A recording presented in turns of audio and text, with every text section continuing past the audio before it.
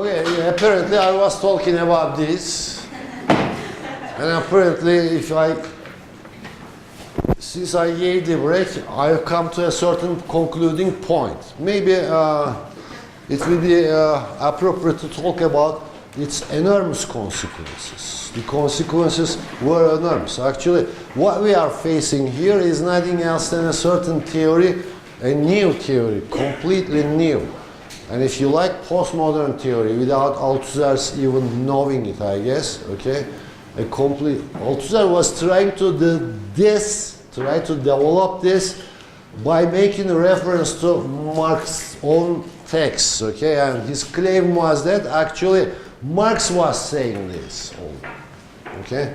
But the impact of this theory was quite revolutionary, as you can see, okay? From then on, you would no longer think about history as if something progressive, okay? You would no longer think about history as the one single history encompassing all humanity or existence or whatever it is. You would no longer think about history as the history of one particular subject, okay? A given subject prior to historical transformation. Rather, you're gonna begin to think that subject, what we call subject, would nothing else than the produce of the history, okay? So history itself having no subject, okay?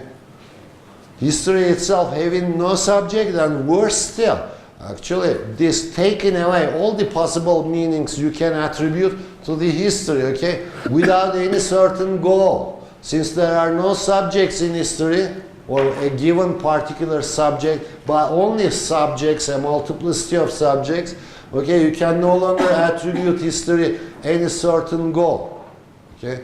Like development, like realization of human nature, like overcoming of human alienation, like I don't know what, okay?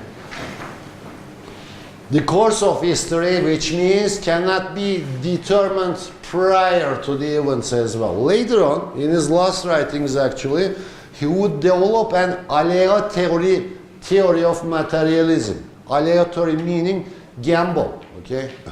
So actually he would try to explain the critical social development or historical development in its general terms, the point of break and later development as a matter of gambling, if you like, okay?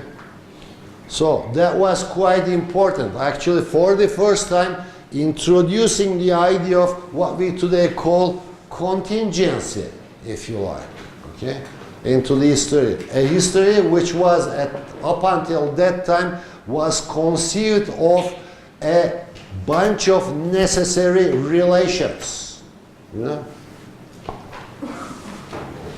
So finally, we would be able to find out a place for contingency in historical transformations, okay?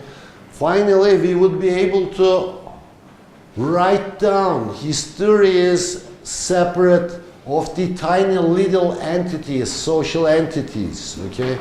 For instance, history is writing down the histories of tribal organizations within a nation state, etc., okay?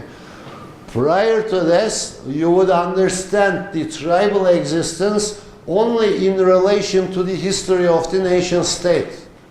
Only in relation to or a nation state's history can only be understood only in relation to the larger process of the history of modernization, for instance, okay?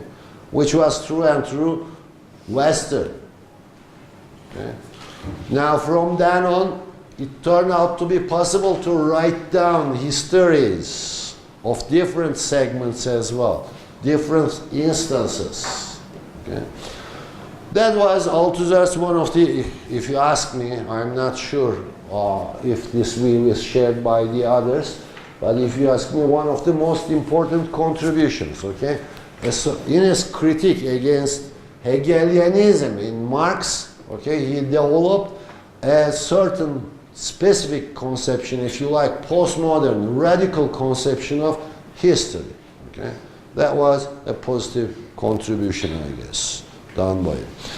As for other contributions, Althusser was best known actually not by this, but rather by his discussions on the concept of ideology, which was quite popular up until that time. Okay.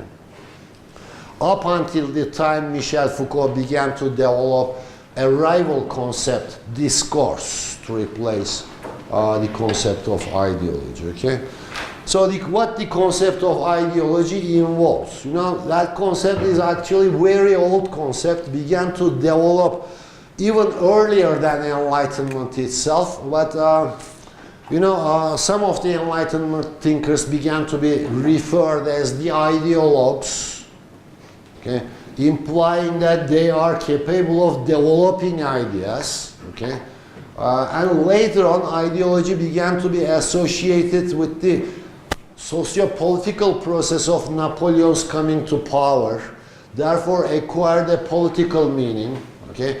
From then on up until then, it was actually, it had positive connotations, but later on, especially the failure of Napoleon, it began to acquire negative connotations and increasingly come closer to what we understand by the term ideology today. Well, very well. What do we understand by the term today? What's ideology?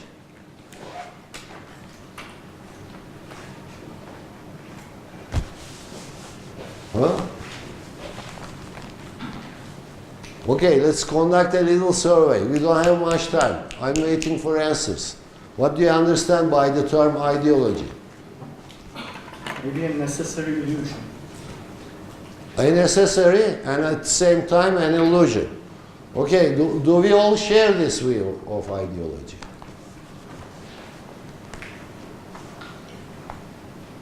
Positively speaking, it can be understood as an expression, more or less systematic expression of a certain worldview. But what is the illusion part then? Why it is necessary?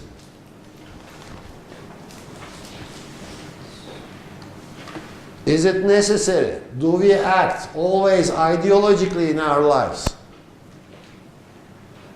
Are we ideological?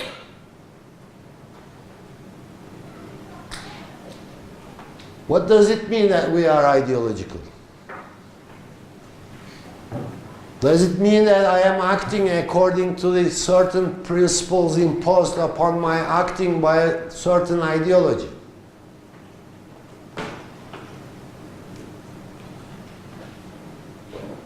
A certain worldview, which is nothing else than an illusion.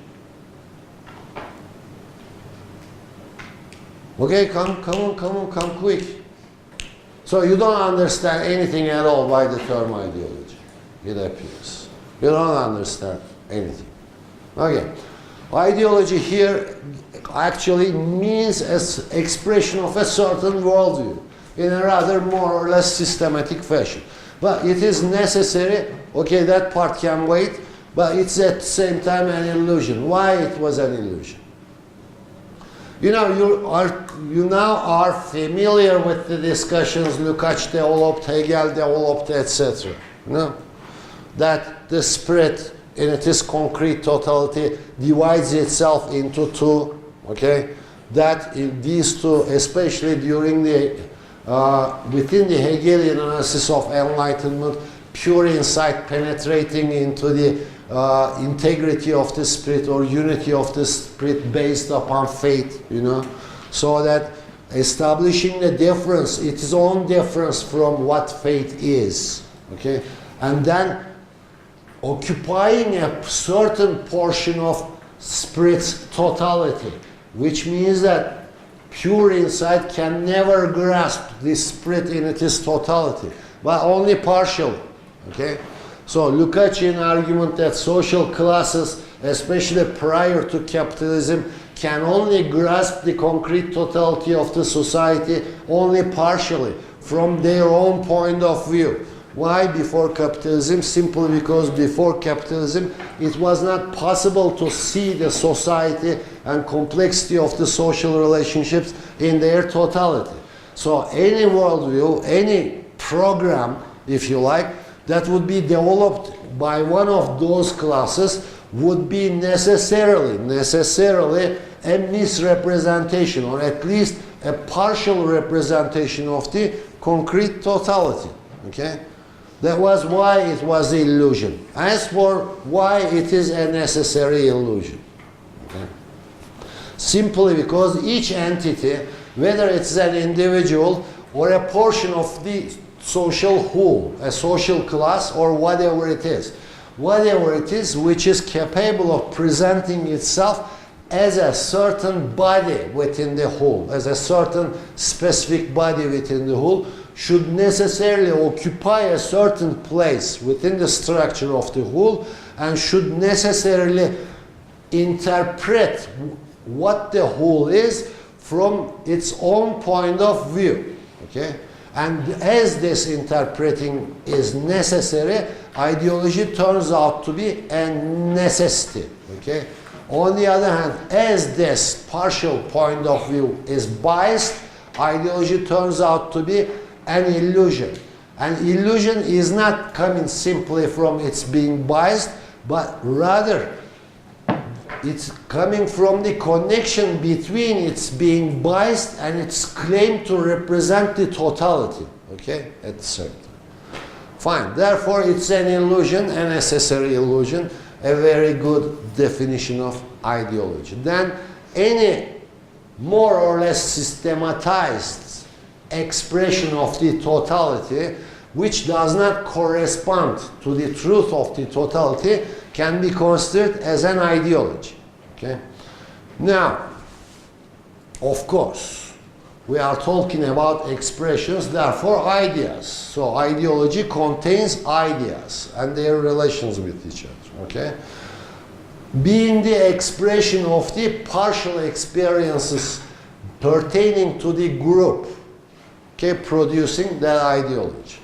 Okay, Althusser develops his notion of ideology actually in connection with his discussion of what happened in Marx theoretizing. Okay, I talked about his differentiation of three different theoretical periods in Marx thinking. Okay, each these periods are marked by a certain break, but the crucial one comes with the capital, about which Althusser talks as an epistemological break. Okay. Actually, epistemological break in Althusser's viewpoint represents that certain threshold when thinking passes from the stage of ideology to the stage of science or scientificity.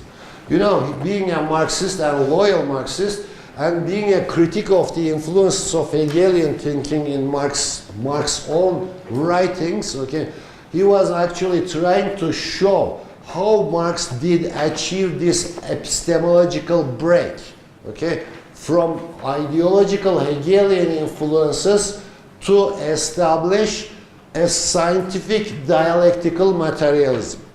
Okay? So, for him, Marxism was primarily a science of history, okay, as well as a science of dialectical materialism, or whose methodology was dialectical materialism and philosophy.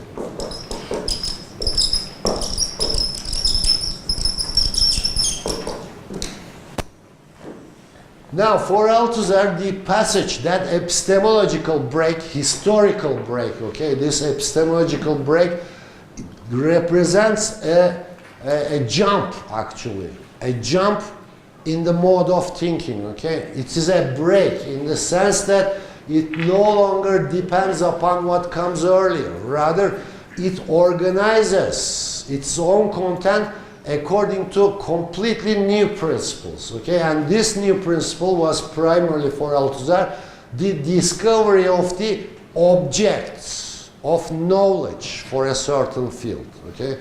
So the studies, what he calls prescience, actually ideology, studies conducted in a certain field, say alchemy, okay, requires the appropriate object to jump itself from alchemy to chemistry. Okay? So it was a similar relation in his thinking that was between the Hegelian thinking or Hegelian Marx and mature, what he calls mature Marx, which was dialectical materialist. Okay, so actually from the Hegelian historical materialism, the upside down operation of the Hegelian philosophy yielding the result of the development of historical materialism, which is still carrying the Hegelian influences, showing themselves in the symptoms of humanitarian interpretation of Marxism and historicism. Historicism, as different from a history or being historical, implies this. Okay, there are two ways of interpreting the historical. You know, one is, for instance, to see Marxism or any other something. Okay.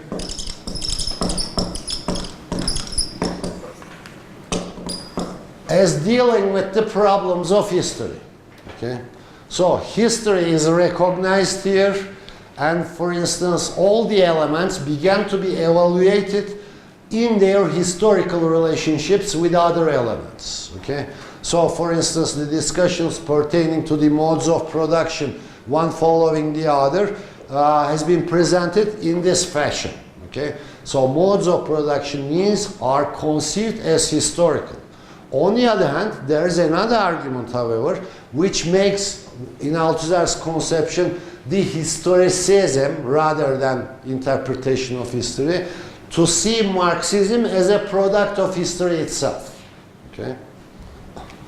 Indeed, there are lots of passages supporting this argument in Marx's text as well. Okay? So that, for instance, Lukács' argument that only, not before, but only with the development of capitalist society, it turns out to be possible to develop a theory of the working class, which is Marxism. Okay? So according to Althusser, this is what he calls historicism. Okay? In other words, historicizing a certain theory which he considers as scientific, therefore something having the power to overcome the impact of its being historical. Okay? So Marxism is talking about truth, not about historical truth.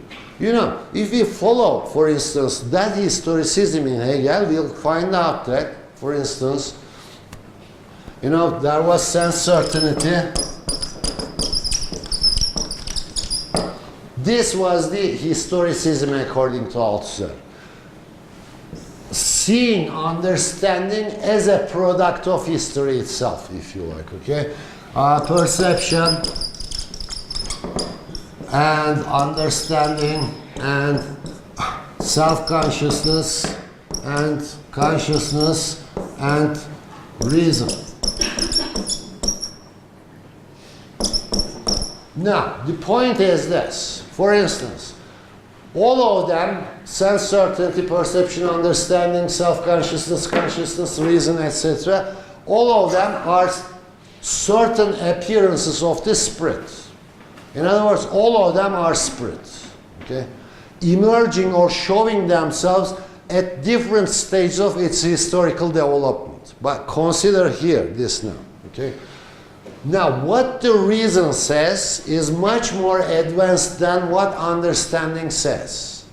What reason speaks, for instance, within the Hegelian philosophy is nothing else than the absolute knowledge. Okay? When spirit achieves the unity of being itself and for itself, in itself and for itself. Okay? So, absolute knowledge is therefore turns out to be nothing else than the speaking or speech of spirit about its own self. Okay? The spirit had recognized that, understood that itself, in itself and for itself of its own self are not different from each other. Okay? So it means that its knowing activity and its speaking, expressing activity is itself at the same time. Therefore, Hegel was talking about the absolute knowledge.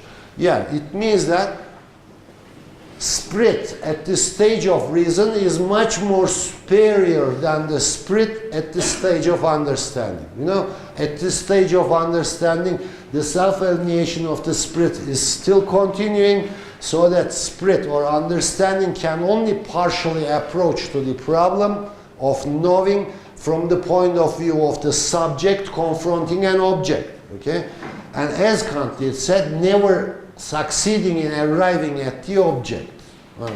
Therefore, the knowledge that we attribute to understanding turns out to be a quite limited knowledge. Okay? This means that if you historicize Marxism, it means that there would develop another theory at a later stage in the development of spirit, which would explain the truth of history and the concrete totality in a much better way. Which means that Marxism is not the true, correct science of historical development and needs further improvements. Okay? Actually, Althusser was defending that in his belief. Actually, I can only call this belief, in his belief in the capacity of science to grasp the truth. Okay? Althusser elevated Marxism in the form of material, dialectical materialism to the status of the science. Okay? Therefore, Marxism in his eyes was capable of telling the truth of the history and society. Okay? And therefore, he was against the historicization of Marxism itself, or teaching of the working class, proletariat. Okay? So, this is the difference between historicity and historicizing. Okay? Historicism, if you like. Yes, Marxism is related with the history as it is object, okay, on the one hand, but however itself is not the product of the history. It was rather the product of that jump, okay? That jump, which he called as epistemological break between, from the Hegelian conceptions to truly dialectical materialist conceptions. And this jump requires the establishment of science rather than ideology, requires the development of the concept of the object of knowledge. You know, as any classical theory of science, you know, you can read these in any textbooks, any science to establish itself requires a specific, certain object of knowledge, specific only to it alone. Okay? For instance, psychology deals with the human psyche. Sociology deals with the human societies. Okay? These are the objects of different sciences, establishing them as different from each other, and at the same time ensuring there is their autonomy from each other. Okay? So you can rightfully say that, yeah, I don't know, I don't care what the psychologists deal with, simply because as a sociologist, it's not my task to talk about psyche, okay? So for Althusser, that was this. Therefore, in the epistemologic break Marx did achieve, what is involved is rather the development of certain concepts, establishing the object of knowledge of the new science. Okay? The new science is here called dialectical materialism. And the object of this new science, even though is in different texts, he gives different objects. Okay, in that text that I assigned to you, he talks about surplus value.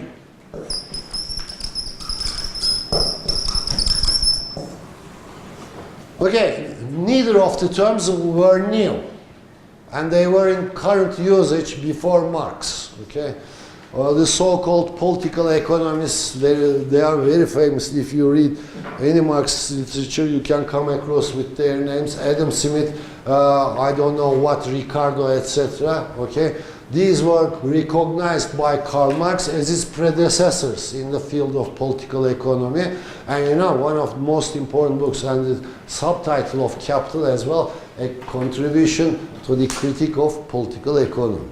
Okay, so he developed his new science as a critique of the political economy which had developed before himself. And these authors were complete usage and awareness with regard to the surplus and value. These concepts had not been developed by Karl Marx. Well, Althusser argues that, and I guess he is right in that, okay, it was Karl Marx who elevated the unity of these concepts to the status of an object of knowledge, of an inquiry. Okay? So it was for the first time him who problematized surplus within the context of another problematization of value. Okay? And therefore establishing a new object which was not there previously. Okay? So when we are talking object, don't forget we are still in the domain of thinking, simply because what we are talking about here is what Althusser calls theoretical practice. Okay? So it was this theoretical practice. Actually, it is in this I hear the resonating sound of a later concept, performative. Okay? Here actually, by inventing the concept at the same time producing the object. Okay? Object of knowledge. What Marx did achieve in this epistemological break. Therefore, new science cannot share any premises developed in the earlier ideological pre-scientific phase. Okay? So then the relationship between ideology and science is understood by Althusser as a historical relationship. Here you can easily observe that despite his critique of Hegelian conception of history, actually the relationship between these two is conceived within this classical understanding of history. Okay? And the passage from one to the later, the early, from earlier to the later, was conceived as a development, as a step taken in the direction of the development, as you can see. Okay? And his text, what his name was, published within Lenin and what was Lenin and Philosophy, in a book called, an edited book called Lenin and Philosophy, Ideology and the Ideological State Apparatuses. Okay? He discusses this relationship of ideology, especially with state and with the society, but more important here for our purposes is his staging of history of, if you like, knowledge in the form of mythical thought, ideological thought, and scientific thought. Okay? So the most primitive one, mythical religious thought, and from mythical religious thought you pass to the stage of ideological legal thought, and from ideological legal thought you pass to the jump into the scientific thought. That was important simply because showing us how strongly Althusser believed in the mid of the 1960s in the power of capacities of science. Okay. And actually that power of science attributed by Althusser, okay, was not open to discussion. Okay. That was why he was trying so hard to show us that Marxism did achieve to acquire a scientific character. Okay? And it meant simply because for him that if it did achieve that scientific character, he was right to talk about the truth. Now this strategy, as you can see, is quite different from the strategy adopted by Lukács. Okay? In Lukács, actually Lukács was trying to defend Marxist theory as not yet another ideology against what he called bourgeois ideology, by basing himself on the destiny, so to speak, okay, which is quite an Hegelian conception, destiny of the working class, proletariat, okay. But this destiny, when you once destroy the unity of history, temporal and spatial unity of history and historical process, you can no longer talk about the destiny of anything at all.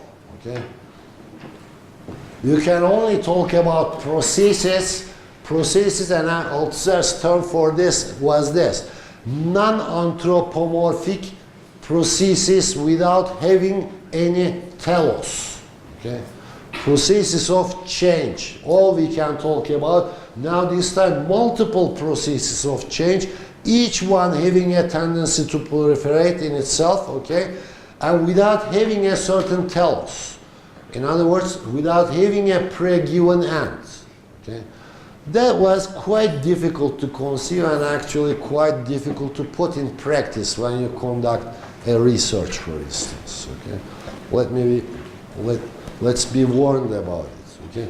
It may seem to you quite attractive, but when you engage in studying any process of transformation, you'll find out yourselves adopting that Hegelian notion of history once again. Okay, it's not that easy to escape from that. Any questions? It appears to me that Althusser refutes dialectics as ideological, but at the same time he affirms Marxism as dialectical materialism. So there's a problem. So He does not he is not critical about the dialectical part. Rather, he defends it.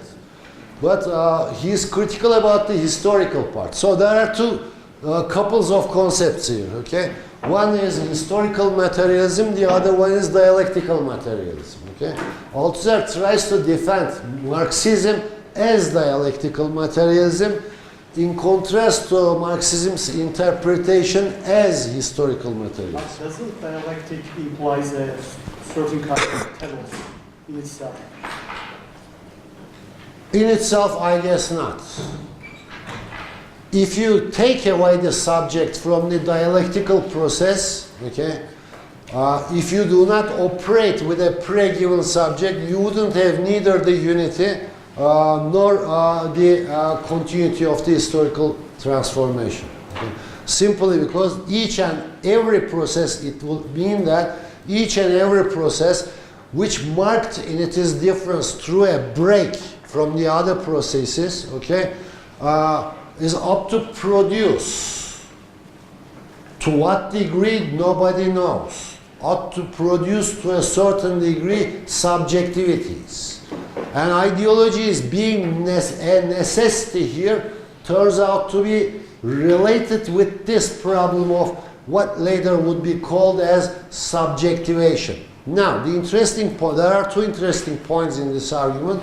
One is that we are no longer operating, despite Althusser's modern inclinations within Marxism, we are no longer operating with a pre-given subject here. Okay? Subject began to be more or more began to be seen as a matter of the product of historical processes. Okay? For instance, his discussion in relation to the working class, what a working class is. Okay? The question was, you know, especially after it has been believed that Marxist theory is the theory for the and of the working class. Okay? Now, I'll mention this. There comes a practical problem. Why workers are so hesitant to adopt it? Okay. Even, for instance, Turkey, social democrats claim that they are trying to defend the disadvantaged in the society, the poor, etc. But the polls show that the poor do not prefer to vote for them. Okay? It's something like this. So the problem has to be solved either by saying that, okay, Marxism has nothing to do with the working class, or there is some wrong in the conception of, in the understanding of working class. Okay? That was why they produced the conception of ideology as false consciousness. Okay?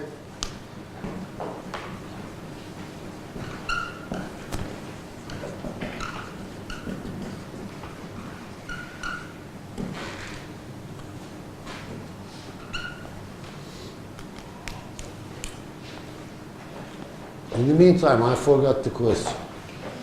I was asking about the dialectic and telos, but you answered. Okay, yeah, they do not have any relevance, etc. And then I am continuing to a certain point which I lost in the way. Is there anybody who can guess, Mehmet Ali, who can guess where I was heading, for instance? I guess it's Althusser would not defend ideology as false consciousness because it's still within domain of Hegelian formulation. I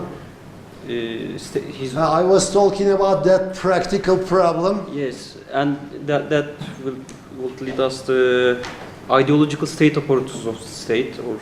Okay. I was talking about the specific role of ideology. I was intending to talk about the specific role of ideology in this process of subjectivation.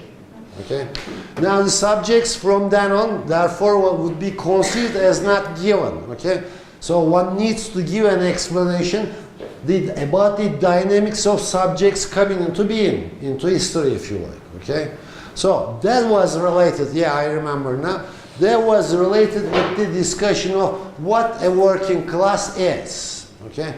Now, some said that E.P. Thompson, for instance, okay, working class is a material reality, okay, determined by the group's sharing of certain conditions, or if you like, certain positions in the prevailing relations of production.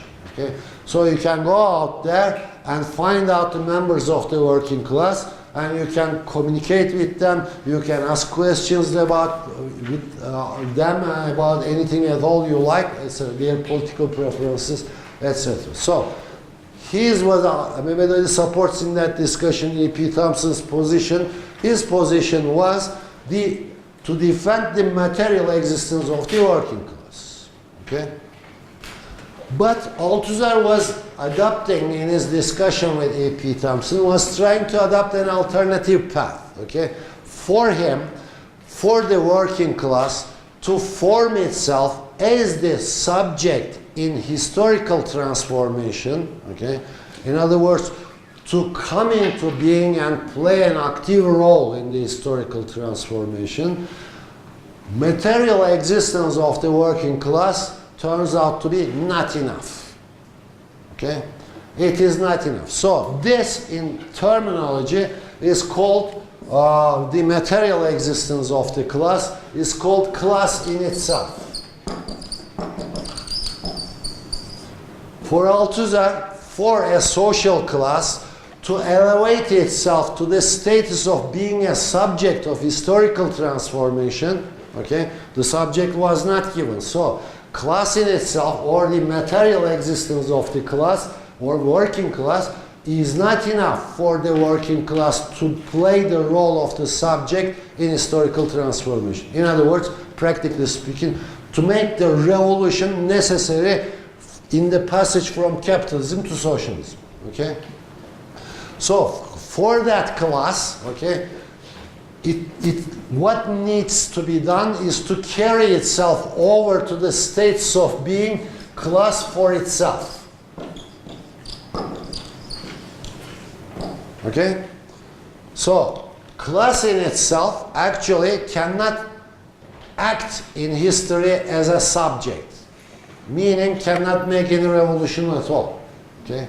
Cannot bring about the transformation from capitalism to socialism. Only when a class forms itself as a class for itself, the practical meaning of which is that class would acquire class consciousness, okay?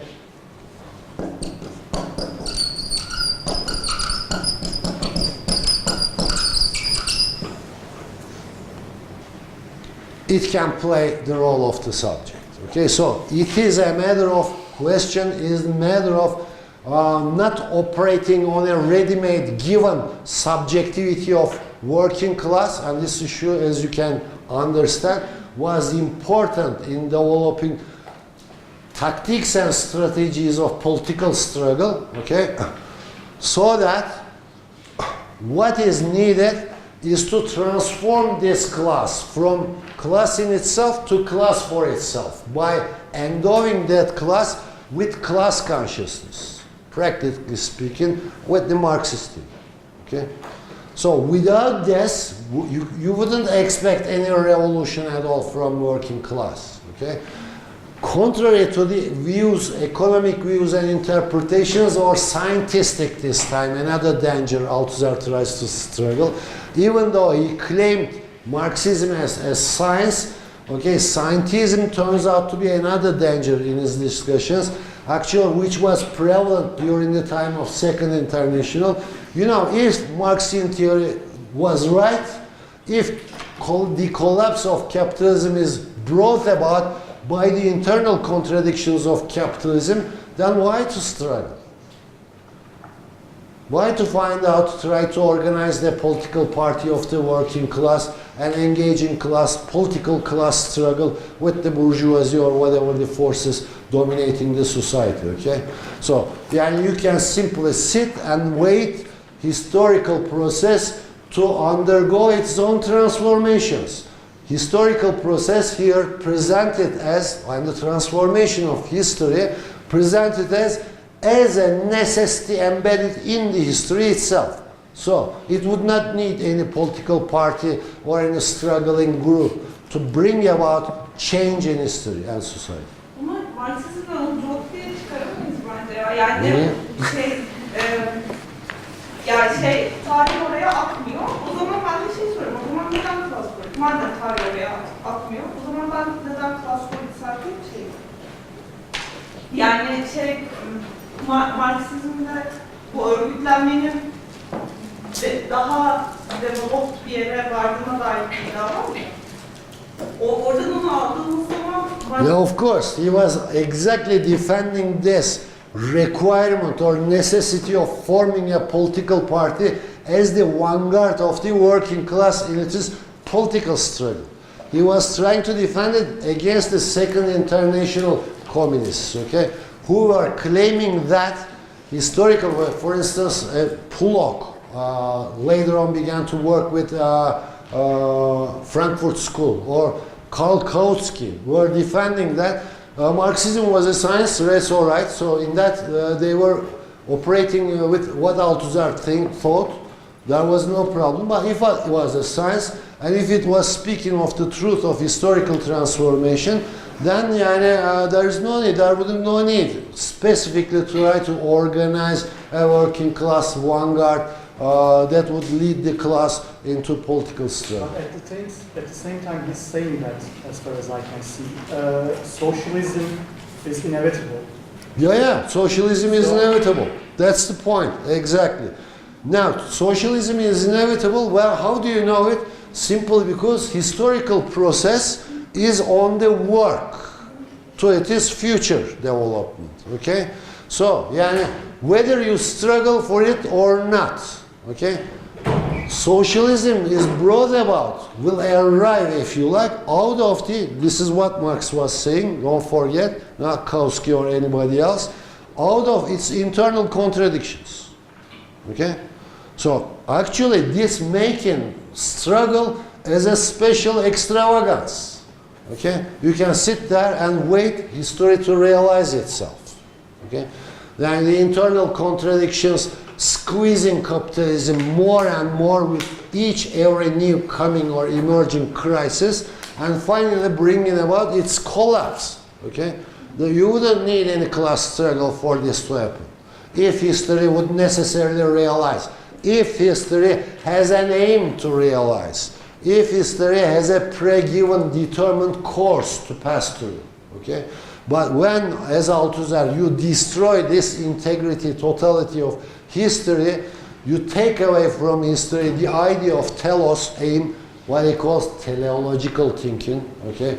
And that human subject out of history, don't forget. Now, what Althusser proposes as the possible subject of history, not a guaranteed subject, are no longer human beings, but rather class. We are talking about class as subject here, okay? And that class needs to transform itself. Its status is not guaranteed in history as subject, okay? It has to transform itself from being a class in itself to being a class for itself. Arming itself, if you like, with a certain definite class consciousness. And this acquisition of class consciousness having two dimensions. First, on the first stage, requiring overcoming the enforcing powers of the dominant ideology. on the members of the class. Okay? Now we have introduced the concept of the dominant ideology, later on actually primarily developed by Antonio Gramsci, another Italian communist, but adopted by Louis Althusser, even though their usage of these terms cannot be reduced and said to be the same. Okay? They are not using this terminology in the same manner. And dominant ideology, but in both, however, was conceived as the major instrument of establishing hegemony by the ruling class over the other classes in the society. So one first needs to break this down, okay? And the other one needs to adopt a certain theory, scientific this time, no longer ideological, okay, according to Althusser, which happens for the first time in history, another historicism, display of historicism if you ask me, okay, with the Marxist scientific theory. Okay, so for the first time in history, working class would operate with science. That's why it represents truth. But I see a contradiction. Because Yeah, of course, there are lots. No. He's saying that he is refuting ideology because it's teleological and so on. But at the same time, he's saying that we need to form a science, but it's all apparent. But anyway, we need to form a science which allows us to make predictions about the future. So it's also teleological because he's saying that socialism will come inevitably. I agree with you completely. And Althusser had displaying many contradictions in his thinking. That's why at the beginning I said that with one foot he was in classical modern interpretation of Marxism. On the other hand, however, with the other foot, it appears, if not exactly and completely in the postmodern thinking, is about to take that step. This is my own personal feeling when I read through the page written by him. Okay, so what I was trying to show you was this. Okay, he was operating within the classical Marxist framework. He was nothing more than sincere Marxist, so to speak, maybe a little bit unorthodox, okay, engaging in heresies and so on, okay. But what he did was to break down that powerful grip of Marxism on the Western intelligentsia, first of all, okay, and allowed them to think by stepping outside of the framework supplied by Marxism. From then on, for instance, thinking about history without subject, critiques of any idea of subjectivity, etc., will begin increasingly popular and popular. Later on, our time is up now, later on I'm going to talk about some certain structural influences in his thinking in a connection with his presentation of Freud and Lacan to the members of the Communist Party, that tiny little article.